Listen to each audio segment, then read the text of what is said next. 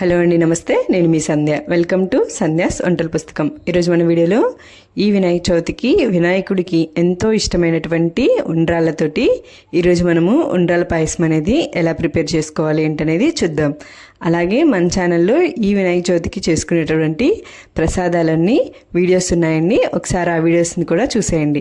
First time కనుక మన వీడియోని చూస్తున్నట్లయితే తప్పకుండా మన ఛానల్ని సబ్స్క్రైబ్ చేసుకోండి. ముందుగా ఇక్కడ పచ్చిపప్పుని 1 గంట వరకు కానీ అరగంట వరకు కానీ నానబెట్టుకోండి. ఇలా మనం పచ్చిపప్పుని నానబెట్టుకోవడం వల్ల మనకి తొందరగా పచ్చిపప్పు నానబెట్టుకొని పక్కన పెట్టేసుకోండి. ఇప్పుడు ఒక కళాయి అనేది పెట్టేసుకొని అందులోకి 3 టేబుల్ స్పూన్ వరకు నెయ్యి అనేది వేసుకోండి. ఇలా నెయ్యి అనేది వేసుకున్న తర్వాత మనము నెయ్యిని కొంచెం కరగనివ్వాలి. ఇలా మనకి నెయ్యి అనేది కరిగిపోయిన తర్వాత ఇందులోకి ఒక 3 టేబుల్ స్పూన్ వరకు ఇలా జీడిపప్పుని, అలాగే ఇందులోకి టేస్ట్ కోసం ఎండు కొబ్బరిని యాడ్ చేసుకోండి. టేస్ట్ అనేది చాలా బాగుంటుంది. ఇలా వీటన్నిటిని ఒకసారి బాగా కలదిప్పుకుంటూ ఇవన్నీ బాగా ఫ్రై అయిపోవాలి. మనకి కలర్ అనేవి చేంజ్ అయిపోవాలి. ఇలా కలదిప్పుకుంటూ మనకి ఇవన్నీ ఇలా కలర్ చేంజ్ అయిపోయినప్పుడు మనం వీటన్నిటిని ఒక ప్లేట్లోకి పక్కన తీసేసుకోవాలి. ఇలా వీటన్నిటిని ఒక ప్లేట్లో తీసుకొని పక్కన పెట్టేసుకోండి. అదే ఇందులోకే మనం నానబెట్టుకున్నటువంటి పచ్చిపప్పులో ఉన్న వాటర్ అన్ని వంపేసుకొని సగం పచ్చిపప్పు వరకు ఇందులోకి వేసేసుకోండి. ఇలా పచ్చిపప్పు అనేది వేసుకున్న తర్వాత మీరు మెజర్మెంట్స్ కోసం ఒక కప్ అనేది పెట్టుకుంటే మనకి ఇది చేసుకోవడానికి చాలా సింపుల్గా ఉంటుంది. ఇందులోకి 3 కప్పుల వరకు మనము వాటర్ తీసుకోవాలి. నేను చూపించే కప్తోనే అన్ని మెజర్మెంట్స్ చెప్తాను. ఇందులోకి చిటికెడు ఉప్పు అనేది వేసేసుకొని 2 స్పూన్ల వరకు బెల్లం అనేది వేసుకోవాలి.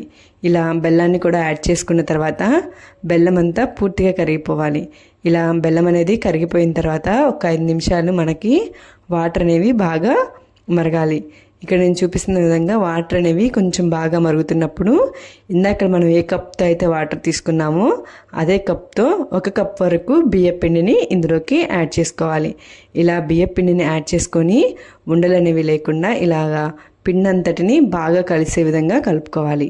మధ్యలో 1 టేబుల్ స్పూన్ నెయ్యి అనేది వేసుకోండి. పిండి అనేది మనకి అడుగంటకుండా చేతులకు కూడా తగలకుండా చాలా బాగుంటుంది.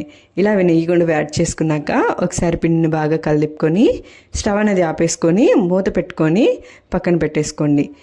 ఇప్పుడు మనం మందంగా ఉండేటటువంటి ఒక గిన్నె పెట్టేసుకొని అందులోకి మనం ముందుగా ఏ కప్తో అయితే మెజర్ చేసుకుంటున్నామో అదే కప్పుతోటి ఇలా 4 కప్పుల వరకు మనం వాటర్ అనేవి తీసుకోవాలి. ఇలా వాటర్ అనేవి వేసుకున్న తర్వాత ఇందాకలా మనం కొంచెం పచ్చిపప్పు పక్కన పెట్టేసుకున్నాం కదండి, ఆ పచ్చిపప్పుని ఇందులోకి యాడ్ చేసేసుకొని మూత పెట్టి ఒక కొంచెం పచ్చిపప్పు అనేవి ఉడికేంత వరకు ఉంచుకోవాలి. ఇందాక మనం తీసి పెట్టుకున్న దాన్ని గోరువెచ్చగా ఉన్నప్పుడు చేతికి నెయ్యిని కానీ ఆయిల్ కానీ రాసుకొని పిండంతటిని బాగా కలుపుకోవాలి. ఇలా చూపిస్తున్న విధంగా పిండంతా బాగా ముద్దగా అయిపోయే విధంగా కలుపుకోవాలి. లేదంటే మనకి ఉండ్రాళ్ళు అనేవి ఇరిగిపోతూ ఉంటాయి.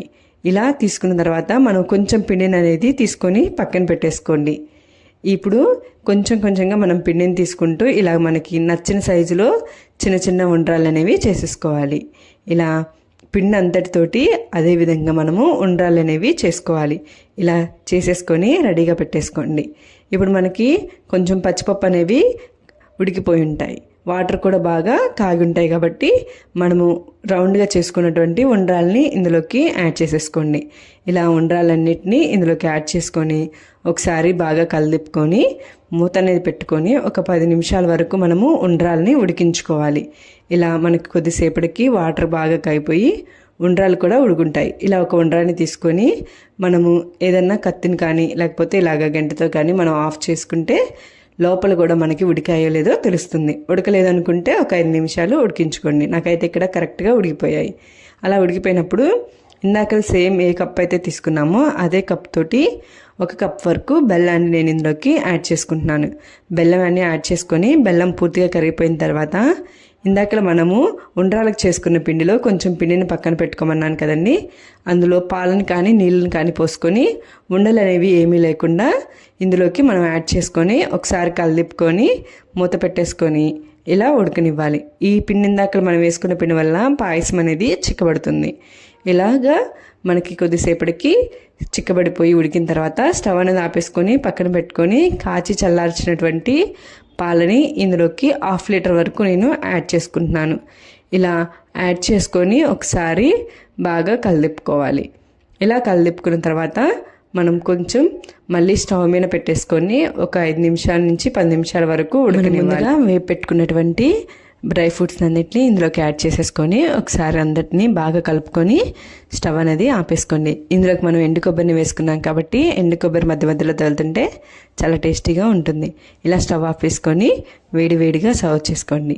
ఈ వినాయక చవితికి వినాయకుడికి ఇలాగా ఉండ్రాళ్ళతోటి చాలా సింపుల్గా పాయసాన్ని చేసి పెట్టండి. మనకి ఈ పద్ధతిలో కనుక చేస్తే పాలనేవి ఇరిగిపోకుండా చక్కగా వస్తాయి. మీరు కూడా ఈ వినాయక చవితికి ఈ ఉండ్రాళ్ళ పాయసాన్ని చేసుకొని ప్రసాదంగా పెట్టండి. మీరు కూడా ట్రై చేసి ఎలా ఉందో నాకు కామెంట్ చేయండి. మీకు కనుక నచ్చినట్లయితే లైక్ చేయండి, షేర్ చేయండి. మరిన్ని వీడియోస్ కోసం తప్పకుండా మన ఛానల్ని సబ్స్క్రైబ్ చేసుకోండి. Thank you.